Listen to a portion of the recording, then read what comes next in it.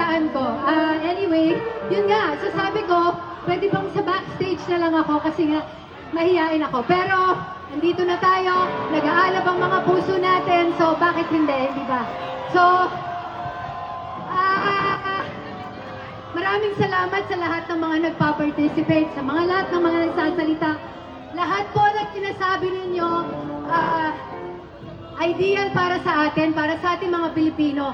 Bata pa lang ako sa UP Baguio, nakikipaglaban na kami sa ganitong klaseng sistema.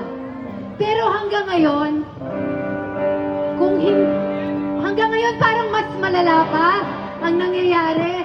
Parang mas in our face nila ginagawa yung pagnanakaw nila, yung paglulustay nila sa mga pera natin.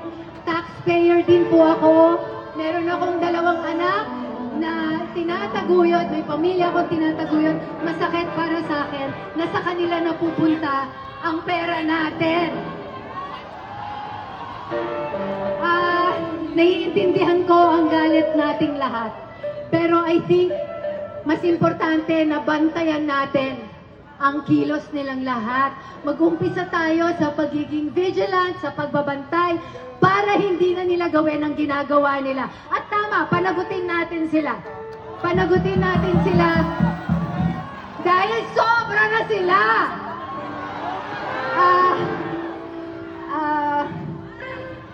Ano ba ba?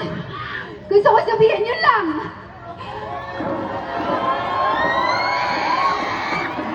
Maraming salamat.